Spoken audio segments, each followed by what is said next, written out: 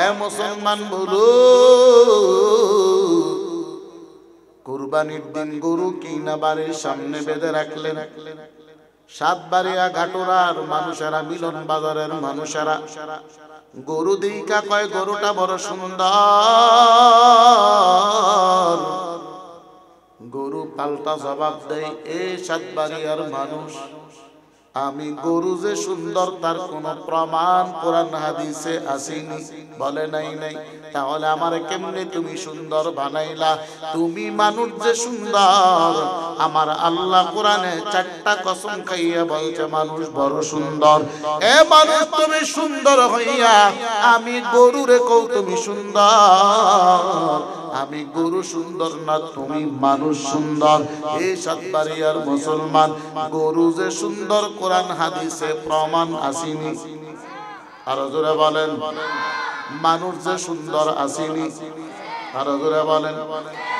والتين والزيتون وطور سينين وهذا البلد الأمين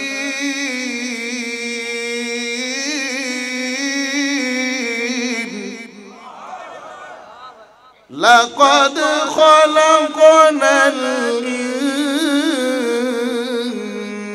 الإنسان في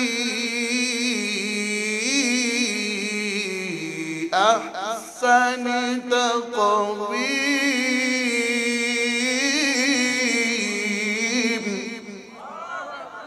আল্লাহ কয় আমি 4টা কসম খাইয়া বললাম মানুষগুলো বড় সুন্দর। এই সাতবাড়িয়ার মুসলমান বলো, গরু যে সুন্দর কোরআনে প্রমাণ আসেনি? আরো জোরে বলেন, মানুষ যে সুন্দর কোরআনে প্রমাণ আসেনি? এরপর মানুষেরা কয় গরু বড় সুন্দর। গরু কয় না না, আমি সুন্দর না, তুমি সুন্দর। ঠিক তেমনি বঙ্গবন্ধু জাতির পিতা কোরআন হাদিসে আসেনি? আরো জোরে বলেন, ইব্রাহিম নবী জাতির পিতা কোরআনে প্রমাণ আসেনি? এরপরও যারা বঙ্গবন্ধুরে জাতির পিতা ডাকবে, বুঝবেন তারা জামানার সবচাইতে বড় গাদ্দার মুনাফিক। কথা ঠিক কিনা? জাতির পিতাকে আরো জোরে বলেন, মিল্লাতা আবিকুম ইব্রাহিম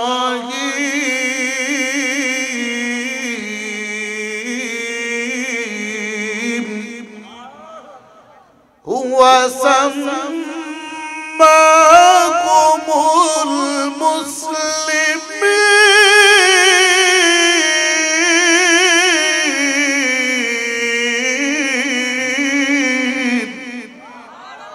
আল্লাহ কয় ইব্রাহিম নবী একটা জাতির পিতা, মিল্লাতের পিতা। কোন জাতির পিতা আল্লাহ জানা দেয়?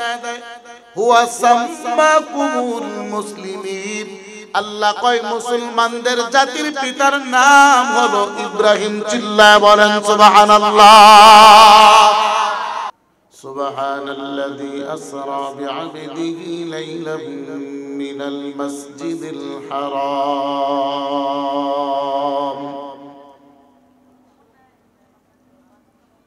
من المسجد الحرام إلى المسجد الأقصى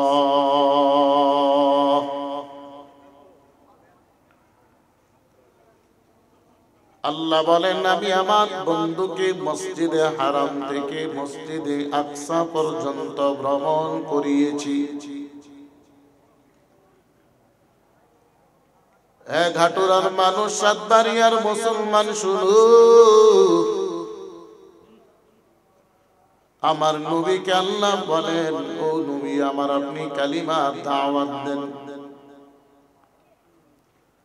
আমার নবী কালিমার দাওয়াত দেওয়ার জন্য মক্কার অলিতে গলিতে ঘুরতেছেন, কালিমার দাওয়াত দেন। তার ধারাবাহিকতায় আমার নবীজি তায়েফে গেলেন কালিমার দাওয়াত দেওয়ার জন্য। রাস্তায় একজন বেঈমানের সঙ্গে আমার মায়ার নবীর মুলাকাত।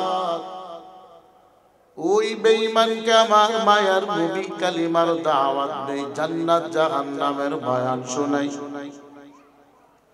ওই বেঈমান ডাক দেয়া কই মুহাম্মদ আমার একা দাওয়াত দিয়ে লাভ নাই, চলো তাইফের বাজারে বহু মানুষ আছে, সবাইকে কালিমার দাওয়াত দাও, ভালো হবে।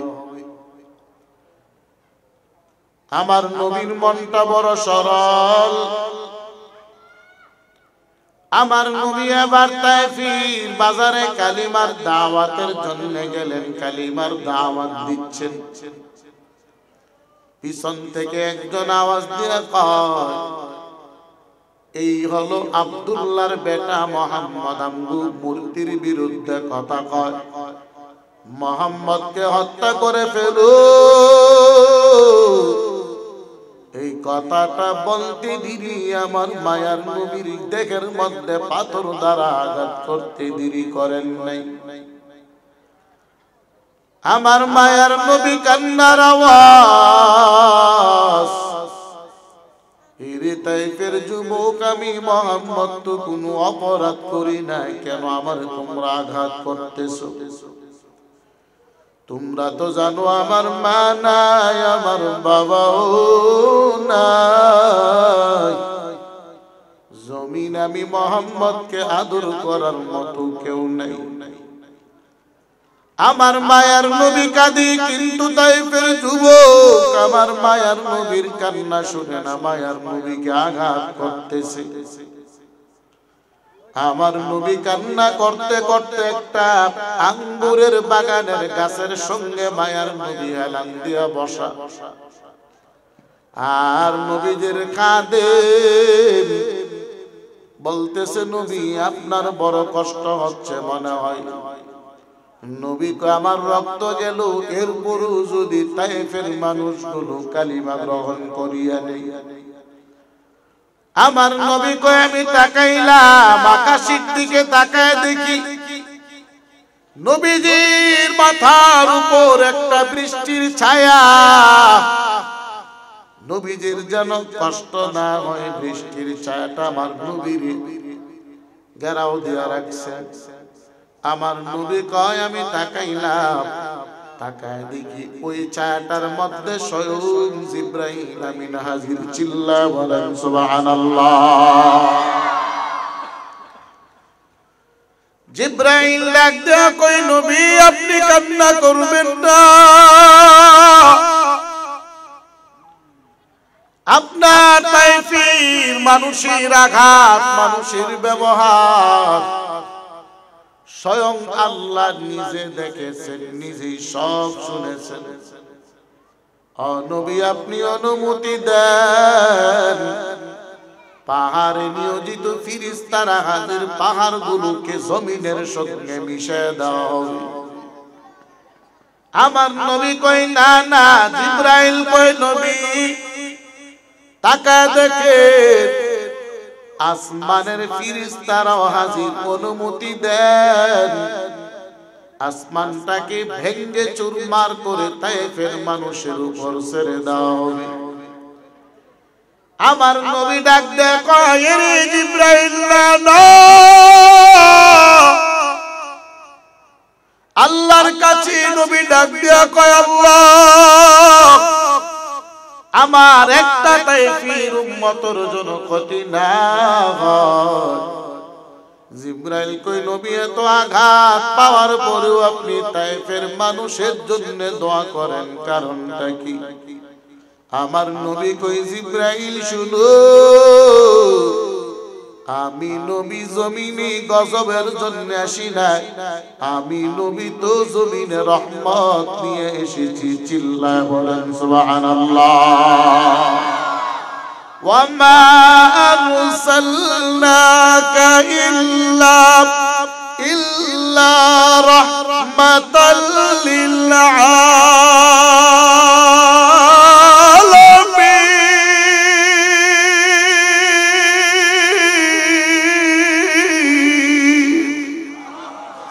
কালাম জিন্দা কুরআন হাকিম, হিকমতে উলা ইয়াজাল তু কদিম, সাইয়্যিদুল কাওনাইন খাতমুল মুরসালিন, আখেরামদ বুদ ফখরুল আউয়ালিন। এবার আমার নবীজি কান্না করতে করতে উম্মে হানির বাড়ির দিকে রওনা হয়ে গেলেন। উম্মে হানির বাড়িতে আমার মায়ার নবী রাতের বেলা শুয়ে আছেন। আল্লাহ ডাক দেয়া কয়, এ জিবরাইল তাড়াতাড়ি যাও, আমার বন্ধুরি আমি আল্লাহর বাড়িতে নিয়ে আসো। জিবরাইল আমিন আবার মক্কায় হাজির হলেন। আমার মায়ার নবী ঘুমায়। জিবরাইল আমার মায়ার নবীর কাছে হাজির হয়ে দেখে আমার মায়ার নবী ঘুমের মধ্যে। নবীর নিয়ে জিবরাইল এবার হাতিমে কাবার সামনে চলে গেলেন। হাতিমে কাবার সামনে আমার মায়ার নবীরে বসাইয়া জিবরাইল আমার মায়ার নবীর সিনাটাকে দুইটা ভাগ করে ফেললেন। নবীজির কলিজার দিলগুলো বাহির করিয়া জিবরাইল আবার জমজমের পানি দ্বারা দৌত করিয়া আবার নবীজির ভেতরে ঢুকাইয়া কয়, নবী আপনার কেমন লাগে? নবী কয়, জিবরাইল এখন ভালো লাগতেছে। জিবরাইল কয়, নবী সামনে বাড়েন। একটা বোরাকের উপর আমার মায়ার নবীরে উঠাইয়া জিবরাইল সামনের দিকে বাড়তেছেন। একটা পাহাড়ের মধ্যে আমার নবীরে নামাইলেন। ও নবী এই জায়গায় 2 রাকাত নামাজ আদায় করেন। আমার নবী কয়, জিবরাইল বলো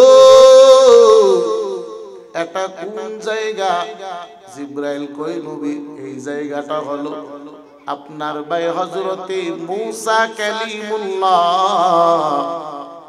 এই তুর পাহাড়ে দাঁড়াইয়া আল্লাহর সঙ্গে কথা বলতেন। আপনি নবী শুকর আদায় করিয়া 2 রাকাত নামাজ আদায় করেন। চিল্লায় বলেন সুবহানাল্লাহ। এ সাতবাড়িয়ার মুসলমান শুনো, এবার জিবরাইল নবীরে কয়, নবী সামনের দিকে বাড়েন। নবীর নিয়ে বাদ জিবরাইল একটা জঙ্গলের মধ্যে নামাইলেন। ও নবী আপনি এই জায়গায় 2 রাকাত নামাজ আদায় করেন। নবী কই, জিবরাইল বলো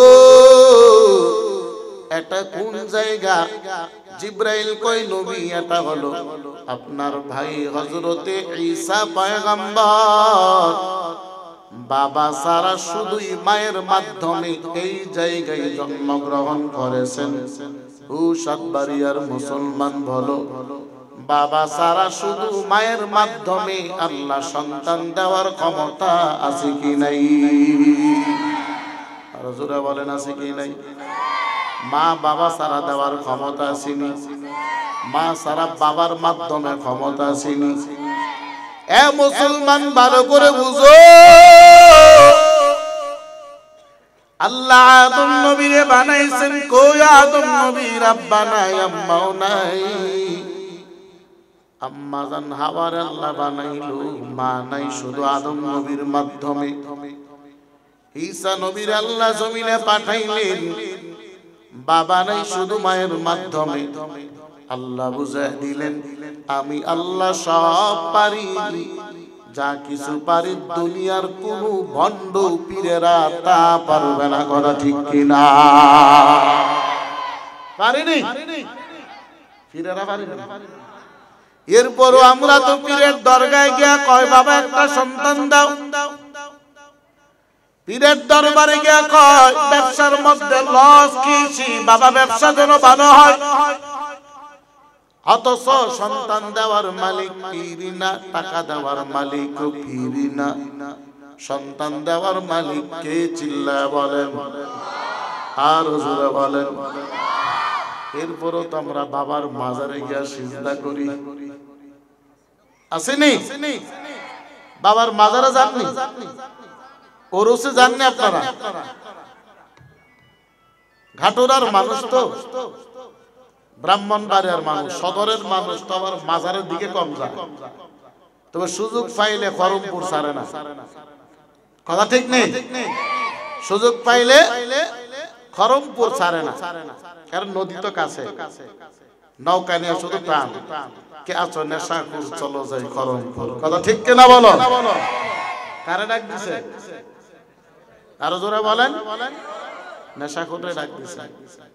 তো এখান থেকে বোঝা যায় যারা খরমপুরে যাবে একজন নামাজিওয়ালা মুমিন নয়, সবগুলো নেশাখোর বাটপারের দল। কথা ঠিক কিনা বলেন? ডাকছে কারে? আরো জোরে বলেন। নেশাখোরে ডাক দিছে, তো আমরা গেলাম কেন? তো বোঝা গেল আমরাও নেশাখোর। মুসলমান ইমানদার, জিব্রাইল আমার মায়ার নবীর জঙ্গলের মধ্যে নামাইলেন। নবী 2 রাকাত নামাজ আদায় করলেন। এবার জিব্রাইল আমার নবীরে কয়, ও নবী সামনের দিকে বাড়েন।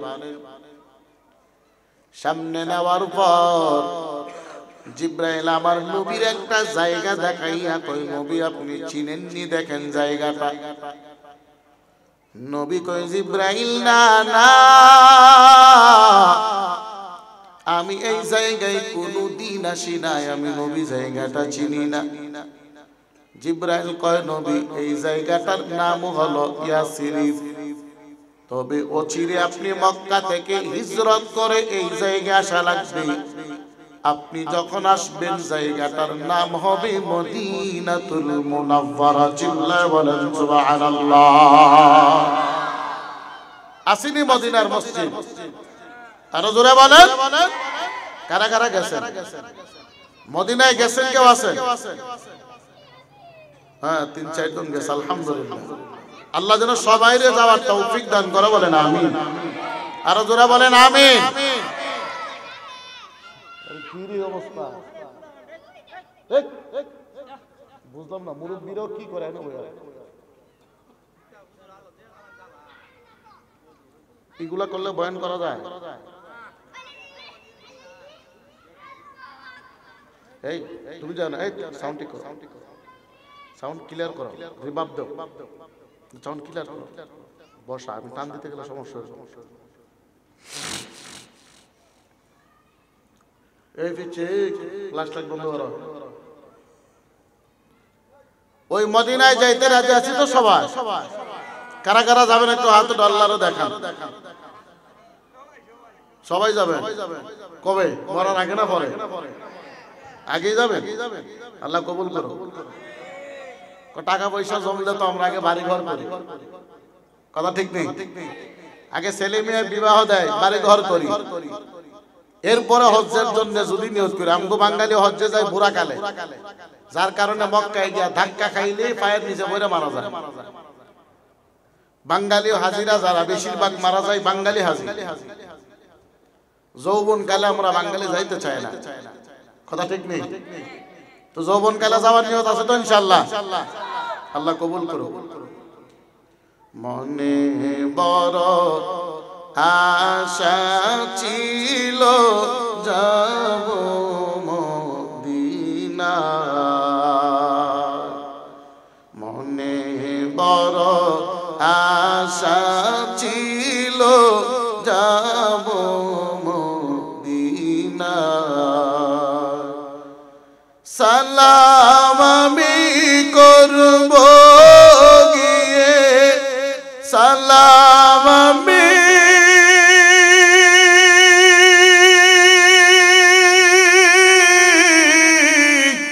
সালাম আমি করব গিয়ে নবীজির রওজা।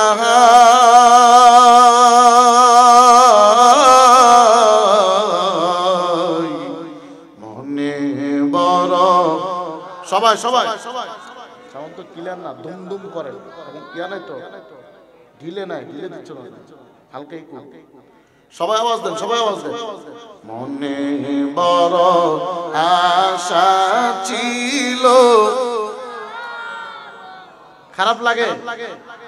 খারাপ লাগলে বলবো না, যেহেতু আপনার প্রস্তাব দিছি না জন্য বলতেছি, কিন্তু আওয়াজ তো নাই। ফেরেশতা শুনো, আমি আল্লাহ ইব্রাহিমকে খলিলুল্লাহ কেন বানাইলাম জানো? কারণ ইব্রাহিম নবী আমি আল্লাহর পাগল। ফেরেশতারা কয় মালিক ইব্রাহিম আপনার পাগল না দুনিয়ার পাগল?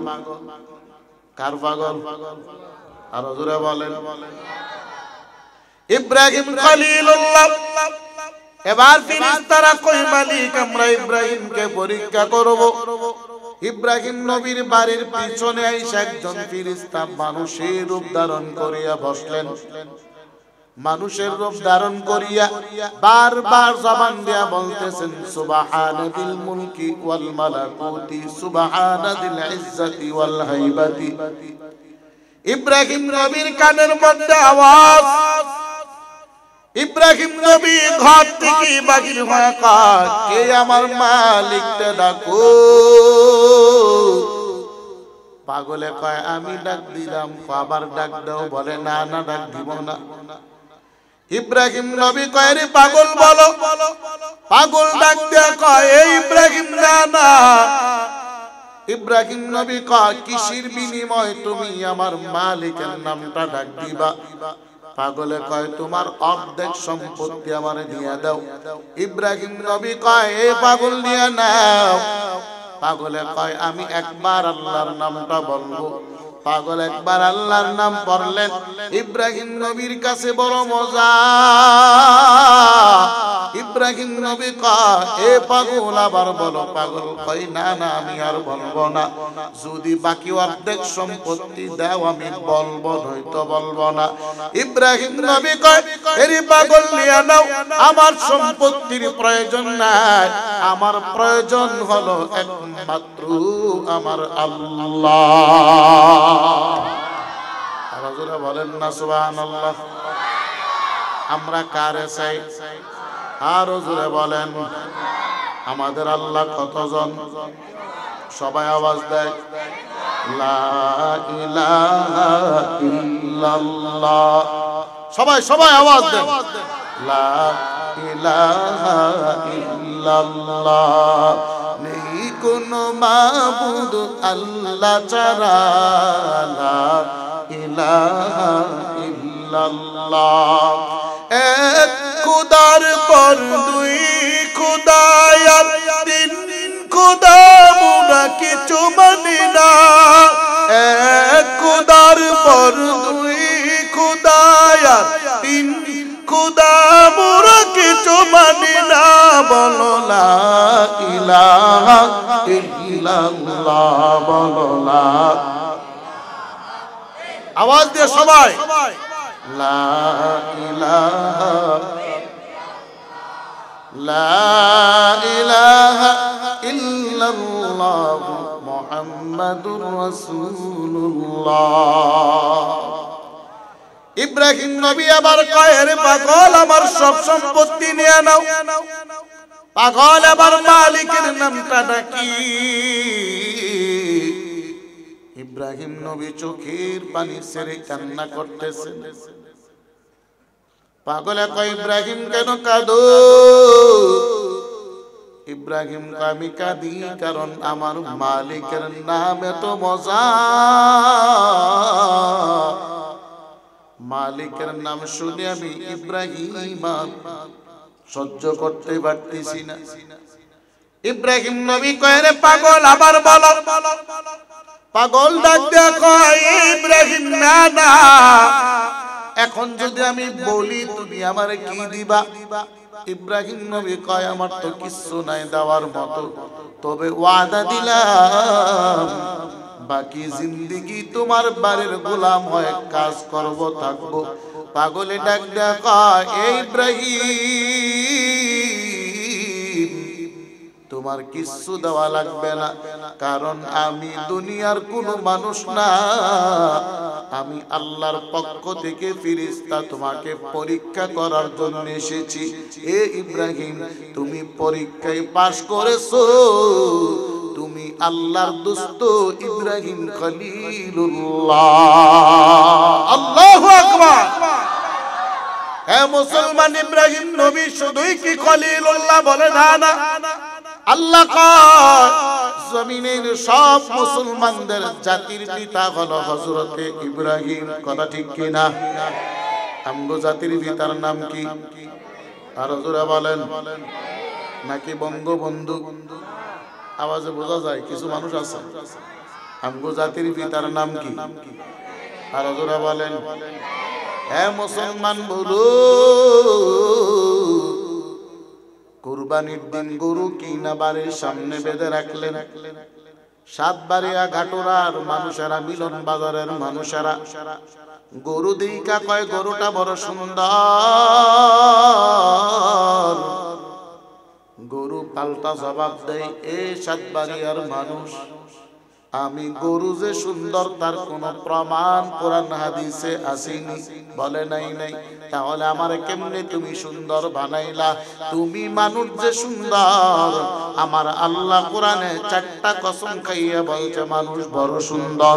এ মানুষ তুমি সুন্দর হইয়া আমি গরুরে কও তুমি সুন্দর, আমি গরু সুন্দর না, তুমি মানুষ সুন্দর। এই সাতবাড়িয়ার মুসলমান, গরু যে সুন্দর কোরআন হাদিসে প্রমাণ আসেনি। আরো জোরে বলেন, মানুষ যে সুন্দর আসেনি। আরো জোরে বলেন, والتين والزيتون وطور سينين وهذا البلد الأمين لقد خلقنا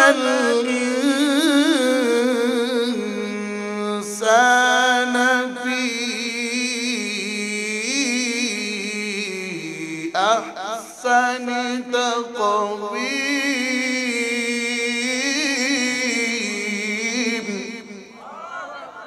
আল্লাহ কয় আমি 4টা কসম খাইয়া বললাম মানুষগুলো বড় সুন্দর। এই সাতবাড়িয়ার মুসলমান বলো, গরু যে সুন্দর কোরআনে প্রমাণ আসেনি। আর জোরে বলেন, মানুষ যে সুন্দর কোরআনে প্রমাণ আসেনি। এরপরও মানুষেরা কয় গরু বড় সুন্দর। গরু কয় না না, আমি সুন্দর না, তুমি সুন্দর। ঠিক তেমনি বঙ্গবন্ধু জাতির পিতা কোরআন হাদিসে আসেনি। আর জোরে বলেন, ইব্রাহিম নবী জাতির পিতা কোরআনে প্রমাণ আসেনি। এরপরও যারা বঙ্গবন্ধুরা জাতির পিতা ডাকবে, বুঝবেন তারা জামানার সবচাইতে বড় গাদ্দার মুনাফিক। কথা ঠিক কিনা? জাতির পিতাকে আর জোরে বলেন, মিল্লাতা আবিকুম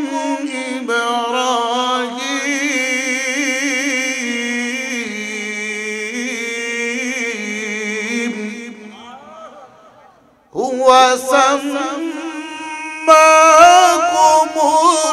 মুসলিমিন।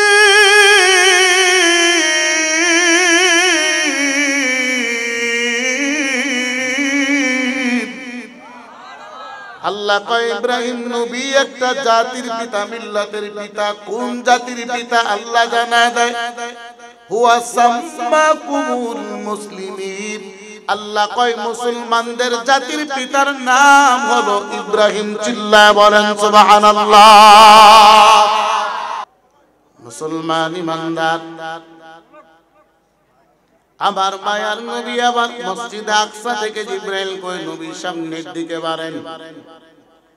আমার নবীর নিয়া জিবরাইল প্রথম আসমানে গিয়া ফেরেশতারে কয়, এই ফেরেশতা ইসমাঈল দরওয়াজা খুলো।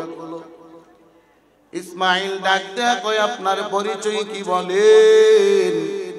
জিবরাইল কয়, আমার পরিচয় হলো আমি জিবরাইল। আপনার সাথী যিনি, ওনার পরিচয় কি? জিবরাইল কয়, ওনার পরিচয় হলো উনি আল্লাহর পরের যার স্থান মুহাম্মাদুর রাসূলুল্লাহ সাল্লাল্লাহু আলাইহি ওয়াসাল্লাম। চিল্লায় বলেন সুবহানাল্লাহ। ফেরেশতা ডাক দেয়া কয়, জিবরাইল বলো, নবীজি তোমার সাথে আসছে কিন্তু উপরে ওঠার অনুমতি আসেনি। এবার জিবরাইল ডাক দেয়া কয়, এ ফেরেশতা শুনো, আমার নবীরে আল্লাহ নিজে দাওয়াত দিয়েছেন আল্লাহর বাড়িতে যাওয়ার জন্য।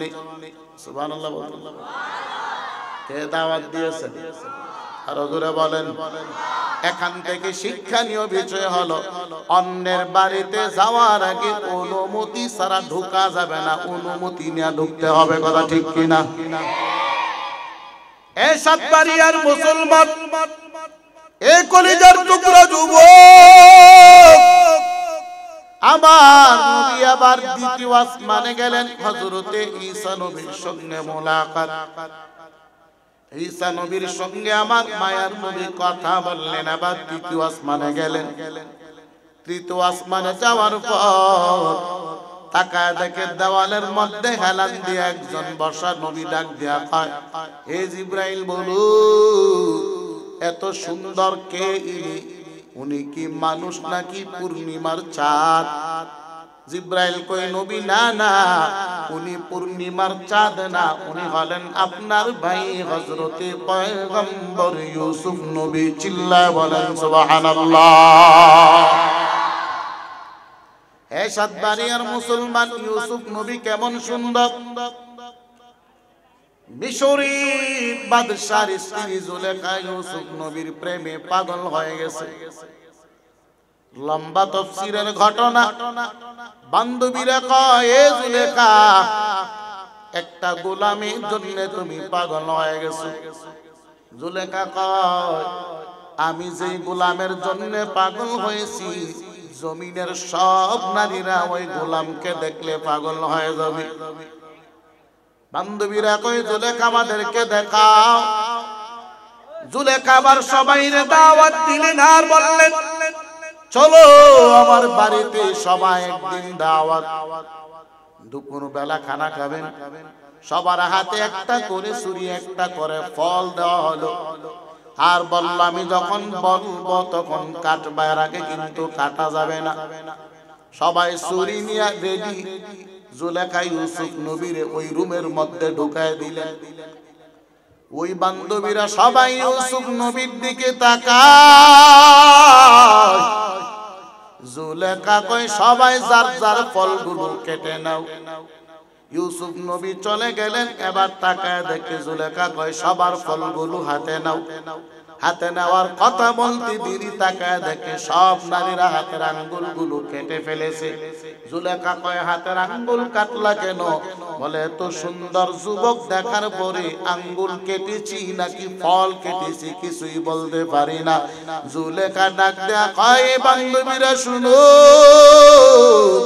এই যুবকটার কেউ না, এই যুবকটাই হলো আমার ইউসুফ। চিল্লায় বলেন সুবহানাল্লাহ।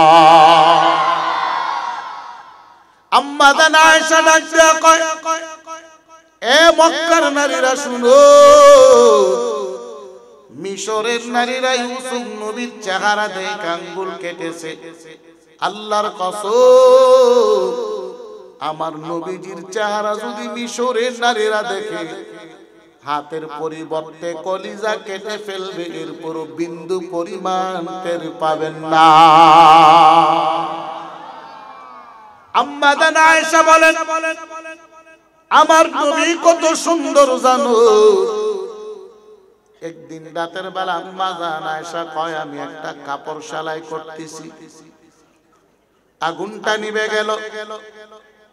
আমার হাত থেকে সুইটা জমিনে পড়ে গেল, আমি সুইটাকে তালাশ করে পাই না। আম্মা জান আয়েশা কয়, আমার নবী ইশারের নামাজের পরে আমি আয়েশার ঘরের দরওয়াজার সামনে দাঁড়াইলেন। নবীজির চেহারার সৌন্দর্যের মাধ্যমে আমি আয়েশা আমার হারানো সুইটাকে তালাশ করে পেয়ে গেছি।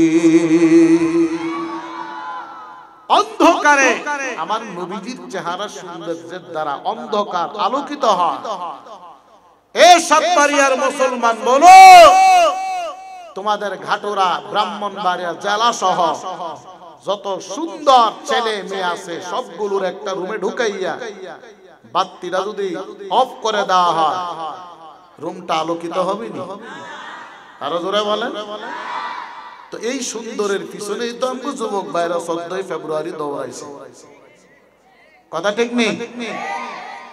যেই নবী অন্ধকারে গেলে অন্ধকার আলোকিত হয়, ওই নবীর প্রেমে পাগল না, পাগল হয় সাধারণ মেয়েদের প্রেমে। কথা ঠিক কিনা বলো?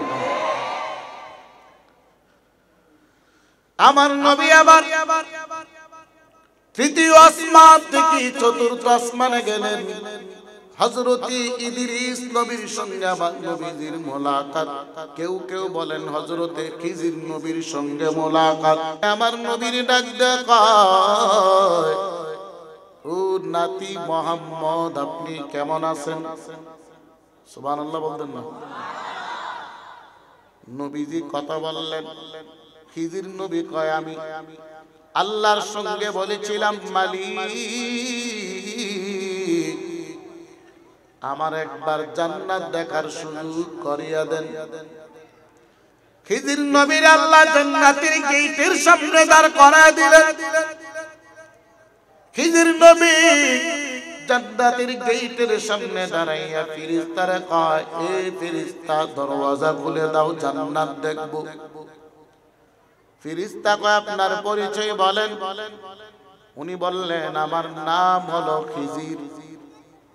তালিকা দেখলেন, তালিকার মধ্যে খিজির নবীর নামটা আছে। ফেরেশতা কয়, আপনি জান্নাতি, তবে জান্নাতে ঢুকতে পারবেন না, কারণ প্রথম নাম্বারে যার নাম, তিনি না ঢোকা পর্যন্ত দুনিয়ার কোন নবী রাসূল জান্নাতে ঢুকতে পারবে না। প্রথম নাম্বারে কার নাম? ফেরেশতা কয়, আমার আপনার নবী মুহাম্মদুর রাসূলুল্লাহ সাল্লাল্লাহু আলাইহি। নবী না ঢোকা পর্যন্ত অন্য কোন নবী ঢুকতে পারবে না।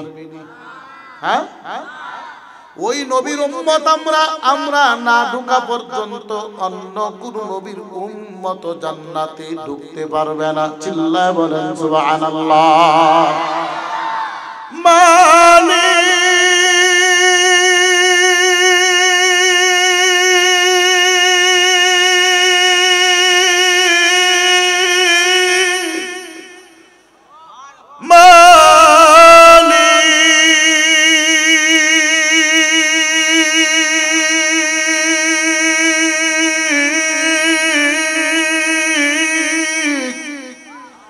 একটি ঘর বানিয়ে দিও,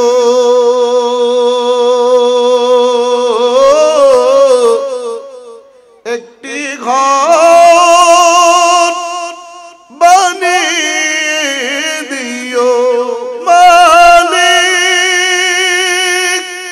তুমি জান্নাতে তোমার কাছে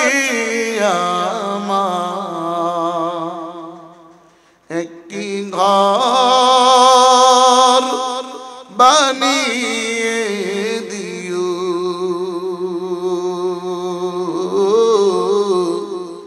একটি ঘর বানিয়ে দিও। চিল্লা বলেন আল্লাহু আকবার। আরো জোরে আওয়াজ দিয়ে বলেন আল্লাহু আকবার। আমরা জান্নাতে যেতে চাই কি চাই না? সবাই চান। হ্যাঁ, বেশি বেশি সুদ খায়, হ্যাঁ, নাকি নামাজ পড়ে? সপ্তাহে কত ওয়াক্ত? সপ্তাহে কত ওয়াক্ত? হ্যাঁ, সামনের হেরা পারছে, পিছনে সবাইকে ফাঁস।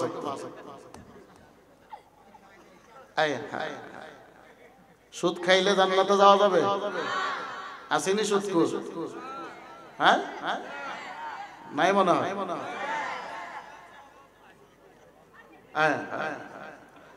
কেউ রাগ হয়েন না, কারণ আমি যেহেতু আপনাকে এলাকার মানুষ, এই জন্য বলতেছি, সুদ খাইয়া জান্নাতে যাওয়া সম্ভব? আমি যদি বলি কোন সুদখোরকে এখন ডাক দিয়া, সুদখোর, আজকে বিবির সাথে না ঘুমাইয়া নিজের আম্মার সাথে ঘুমাইয়া মার সাথে জিনা করবা, সম্ভব? আওয়াজ দেয় না। যুবকরাও সুদ খায় নাকি? এগো আওয়াজ নাই। যদি আমি বলি মার সাথে জিনা করবেন আজকে রাতে মার সাথে ঘুমাইয়া, সম্ভব? আমি বললে আমি মৌলবীরে জুতাদা ফিরাইব। অথচ আল্লাহ নিজে বলেন, যারা সুদ খায় সর্বনিম্ন গুনাহ মার সঙ্গে দৈনন্দিন 70 বার জিনা করলে যেই গুনাহ, সমপরিমাণ গুনাহ সুদখোরের আমলনামায় প্রতিদিন দেওয়া হয়। নাউজুবিল্লাহ বাড়িতে গিয়ে করেন সবাই। যারা সুদ খান আল্লাহর রাস্তে সুদ খাওয়া ছেড়ে দিবেন, পারবেন তো ইনশাআল্লাহ? কারা কারা পারবেন একটু হাত উঠান তো দেই। এখনই যাচাই হবে সুদখোর কারা। যারা হাত উঠাইতো না বুঝবেন সুদখোর। আল্লাহ কবুল করুক। মুসলমান, সামনে রমজান মাস, সামনে কি মাস? রমজান মাসে সুদ খাওয়া যাবে? বলে হুজুর নেক করলে, একটা নেক করলে 70টা সওয়াব, সুদ একটা আইলে 70টা সুদ খাওয়ার গুনাহ বলি না, হবে না। আল্লাহ আমগুর মতে তো ফাসান না। আল্লাহ কি না? পাশান না। আল্লাহ যেমন রহমান তেমন লিল্লাহিল ওয়াহিদিল কাহ্হার। আল্লাহ বলেন তুমি একটা গুনার কাজ করবা, নিয়ত করছো গুনার কাজ করবা। বাম কাদের ফিরিস্তা কয় লিখালাম উনি, ডান কাদের ফিরিস্তা কয় একটু ধৈর্য ধর। নিয়ত করছে এখনো করে নাই, এখনো কি নাই? করে নাই। আল্লাহ যে কত বড় রহমান, গুনার কাজের দিকে রওনা হয়ে গেছে। ফিরিস্তা কয় ডান কাদের ফিরিস্তা রওনা তো দিয়া লাইছে, লিখালাই কয় লিখিস না, যাইতাছে এমন আছে গুনার কাজের কাছে গিয়ে ফিরাইতে পারে, লেখে না। গুনার কাছে গেছে, গুনার কাজ করতেছে, ফিরিস্তা কই লিখবনি। আল্লাহ সুযোগ দেয়, এখনো লেখার প্রয়োজন নাই। গুনার কাজ শেষ করে ফেলছে, এরপরও ফিরিস্তা লিখতে চায়। আল্লাহ কই সুযোগ দাও, তওবানি করে। সুবহানাল্লাহ বলতেন না? কি করে? তওবানি করে। অথচ আল্লাহ বলেন নেকের দিক থেকে আপনি নিয়ত করছেন আজকে ফজরের নামাজ আদায় করব, আল্লাহ কই নিয়ত করছে লিখালা। আরো জোরে বলেন না সুবহানাল্লাহ। নিয়ত করছে, ফেরেশতাকে আল্লাহ বলে লেখো, আমার বান্দা নিয়ত করছে ফজরের নামাজ আদায় করবে। আর গুনার কাজ করার পরেও আল্লাহ সুযোগ দেয়, তওবানি করে। এরপর আমরা গুনার কাজে লিপ্ত থাকি, গুনার কাজ বেশি করি, মা বাবার সঙ্গে অবাধ্যতা ব্যবহার করি, মা বাবার ধমক দেয়। এমন সন্তান আছে কি নাই? আরো জোরে বলেন আছে কি নাই? মা বাবা সন্তানের সাথে খারাপ ব্যবহার করে, দোষ কি সন্তানের নাকি মা বাবা? সবাই বলেন কার দোষ? মা বাবার দোষ। একজন আলেমকে দেখান তো মা বাবারে রাস্তায় গালি দিছে, আসেনি? একজন আলেমকে দেখান তো মা বাবার না বৃদ্ধাশ্রমে দিছে, দেয় নাই? দিছে কে? বড় বড় ইঞ্জিনিয়ার, উকিল, ম্যাজিস্ট্রেট, ব্যারিস্টার, বড় বড় শিক্ষিত যারা, বড় বড় শিক্ষিত বউ বিয়া করছে, তারা আয়েশা কই তোমার মার কাপড় ধৌত করার জন্য আসি নাই। ঘাটরা থাকবো না আমার নিয়ে ব্রাহ্মণবাড়িয়া চলো, নয়তো ঢাকা চলো, তোমার মারে গ্রামের বাড়িতে রাখো, পারবো না তার খেদমত করতে, তার বৃদ্ধাশ্রমে দাও। হ্যাঁ মুসলমান, তুমি যত বড় আল্লাহ ওয়ালা হও, যত বড় বক্তা হও, যত বড় রাজনীতিবিদ হও, যত বড় আলেম হও, আল্লাহর কসম মা বাবার অবাধ্য হলে, মা বাবারে কষ্ট দিলে জাহান্নাম যেতে হবে তোমাকে। মা বাবারে কষ্ট দেওয়া যাবে? মা বাবাকেও বলছি সন্তানকে মানুষ করেন, ছোটকালে তাদেরকে কোরআনের শিক্ষা দেন, মক্তবে পাঠান, নামাজ শিখান। আমরা তো এই দিক থেকে না। এই যে গতকাল গেল 21শে ফেব্রুয়ারি, আজকে তো 21শে ফেব্রুয়ারি, অনুষ্ঠান তো হয়ে গেছে রাতে। 21শে ফেব্রুয়ারি আমাদের কি দিবস? সবাই বলেন কি দিবস?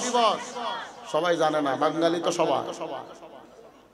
আমাদের আন্তর্জাতিক ভাষা দিবস 21শে ফেব্রুয়ারি। অথচ যারা আমাদের জন্য ভাষা দিয়ে গেছে, বায়ান্নতে সালাম, রফিক, বরকত, আমাদের ভাষার জন্য জীবন দিয়েছে। তারা কি চায়? তারা চায় আমার দেশের মানুষ, আমরা কবরে আছি যেন আমাদের জন্য একটু দোয়া করে, কোরআন পড়ে, নামাজ পড়ে। অথচ আমরা কি করি? তাদের কবরের মধ্যে গান বাদ্য, ডিজে গান বাজাইয়া ঢাকা শহীদ মিনারে, ব্রাহ্মণবাড়িয়ার শহীদ মিনারে ফুলের মালা দেওয়ার জন্য আওয়ামী লীগ, বিএনপি, জামাত ইসলাম প্রত্যেকটা রাজনৈতিক দল আমরা মারামারি করি, হানাহানি করি, কার আগে কে ফুল দেবে। আমার প্রশ্ন হলো, শহীদদের কবরে ফুল দিলে যদি জান্নাত পাওয়া যাইতো, প্রত্যেকটা সন্তান তার বাবার কবরের মধ্যে ফুল দিত। কথা ঠিক কিনা বলো? তো বাবার কবরে তো ফুল দিলে জান্নাতে যাওয়া যাবে না। যারা দেশের জন্য জীবন দিয়েছে, আমাদের কাছে তাদের চাওয়া হলো জান্নাতের জন্য দোয়া করা। অথচ আমরা ফুল নিয়ে কারাকারি ফজরের পরে মারামারি, দল কোন দল আগে নেবে, এক দল ক্ষমতায় থাকলে ভিন্ন দলকে শহীদ মিনারে ঢুকতে দেয় না, আবার ওই দল যখন ক্ষমতায় যায় ওই দলকে শহীদ মিনারে ঢুকতে দেয় না, বলে শহীদ মিনারও দলীয় হয়ে গেছে, মসজিদ দলীয় হয়ে গেছে। হ্যাঁ মুসলমান, শহীদ যারা হয়েছে, ৭১ যারা দেশ স্বাধীনের জন্য জীবন দিয়েছে, ৫২ যারা ভাষার জন্য জীবন দিয়েছে, তাদের জন্য দোয়া করা প্রত্যেকটা মুসলমানের জন্য কর্তব্য। অথচ আমরা তাদেরকে গান বাজিয়ে, ডিজে গান বাজিয়ে আমরা তাদের কবরটাকে জাহান্নামের নরকের রাস্তা বানাই দিছি। কথা ঠিক কিনা বলো? তারা কি বলে গেছে আমাদের জন্য গান করেন? জবাব দিবেন, বলে গেছে? আপনার বাবা যদি মারা যায়, এখানে কোনো সন্তান আছেন কিনা বুকে হাত দিয়ে বলতে পারবেন আমাকে যে বাবা মারা গেছে, বাবার মৃত্যুর দিবসে কোন সন্তান গানের অনুষ্ঠান করছেন? আছেন কেউ? তো বাবার জন্য যদি মায়া লাগে, যারা দেশের জন্য জীবন দিছে তাদের জন্য মায়ার দরকার নাই? আর যারা বলেন আছে কি নাই? আমি অনুরোধ করব, আমার বাবারা যারা আছেন, সন্তানদেরকে সংযত করেন, সন্তানদেরকে এমন উপরে উঠায়েন না। আপনি একটা সময় আফসোস করবেন সন্তান যখন নষ্ট হয়ে যাবে, ওই দিন আফসোস করেও কোনো লাভ নাই, ওই আফসোসটা আপনার জন্য বৃথা হবে। কথা ঠিক কিনা বলেন? খারাপ লাগতেছে কথাগুলো? হ্যাঁ, কারণ আপনাদের কত গান বাদ্যের কথা বললে, গান বাজাইবেন এই অর্ডার দিলে তো আপনারা খুশি, কিন্তু গান বন্ধ করার কথা বললে আমগো যুবকরা বড় বেজা। কারণ আমগো যুবকরা এখন টিকটক, ফ্রি ফায়ার, পাবজি এইগুলো ছাড়া আর কিছু বোঝে না দুনিয়া। যুবকরা বাথরুমে গেলেও টিকটক বানায়, আছে কি নাই? এই যে আমার ব্রাহ্মণবাড়িয়া, আমি কোনোদিন যাই নাই, শুধু শুনি ওই গোকর্ণঘাট একটা কাশফুল বাগান নাকি আছে, ওই জায়গাটা নাকি একদম নোংরা বানিয়ে ফেলছে, অথচ কাশফুলের সামনেই দেখলাম সরকারি মসজিদ তৈরি করা। হ্যাঁ মুসলমান, কোন দিন বুঝবেন, কখন বুঝবেন? মরার পরে বুঝবেন, আফসোস করবেন ওই দিন। হাসরের ময়দানে যেদিন নিজের হাতের মাংসগুলো কামড়ে কামড়ে খাবেন আর বলবেন কি করলাম। ওয়ায়াউমা ইয়া'আদু যালিম আলা ইয়াদিহি ইয়াকুলু ইয়া লাইতানি ইত্তাখাযতু মা'আর রাসূলি সাবিলা ইয়া ওয়াইলাতা লাইতানি লাম আত্তাখিয ফুলানান খলিলা। ওই দিন আফসোস করবেন আর নিজের হাতের মাংসগুলো কামড়ে কামড়ে খাবেন আর বলবেন যে কেন মুহাম্মদ নবীরে বন্ধু বানাইলাম না, কেন মসজিদের ইমামকে বন্ধু বানাইলাম না, কেন মুয়াজ্জিনকে বন্ধু বানাইলাম না, কেন আলেমদেরকে বন্ধু বানাইলাম না, কেন তাবলীগ ওয়ালাদেরকে বন্ধু বানাইলাম না। ওই দিন আফসোস করবেন আর আল্লাহকে বলবেন রব্বানা আবসারনা ওয়া সামি'না ফারজি'না না'মাল সালিহান ইন্না মুকিনুন। আল্লাহ, জাহান্নাম দেখছি, জাহান্নামের ভয়ঙ্কর আওয়াজ শুনছি, জান্নাত দেখলাম, ফারজি'না আবার জমিনে পাঠায় দাও না, গাটুরা সাত বাড়িতে পাঠায় দাও, না'মাল সালিহান ইন্না মুকিনুন। জীবনে কোনোদিন গুনাহ করব না, মসজিদ থেকে বাহির হব না, শুধু নেক আমল করব, মুমিন হব, মুত্তাকি হব, সালেহ হব। আল্লাহ বলবেন তোমাদের কাছে কি নবী যায় নাই? তারা বলবে হ্যাঁ আসছে নবী। কোরআন যায় নাই? আসছে কোরআন। আলেমরা বুঝাই নাই? বুঝাইছে আলেমরা। তাবলীগ ওয়ালারা বুঝাই নাই? বুঝাইছে। মসজিদের ইমাম জুমার দিন বয়ান করে নাই? করছে। তাহলে তারা বলবে ফাকাজ্জাবনা ওয়া কুলনা মা নাযালাল্লাহ। আল্লাহ মনে করছিলাম মুহাম্মদ নবী মিথ্যা, আলেমরাও মিথ্যা কথা কয়, তাবলীগও মিথ্যা কথা কয়, মসজিদের ইমামও মিথ্যা বলতেছে। যখন আমার দলের বিরুদ্ধে যাইতো আমি বলতাম হুজুররা মিথ্যা কয়, আমার দলের পক্ষে আমি। আল্লাহ ওই দিন বুঝি নাই, আজকে তো বুঝছি। দাও না আমারে দুনিয়াতে পাঠাইয়া। আল্লাহ বলবেন খুযুহু ফাগুল্লুহু সুম্মাল জাহিমা সাল্লু।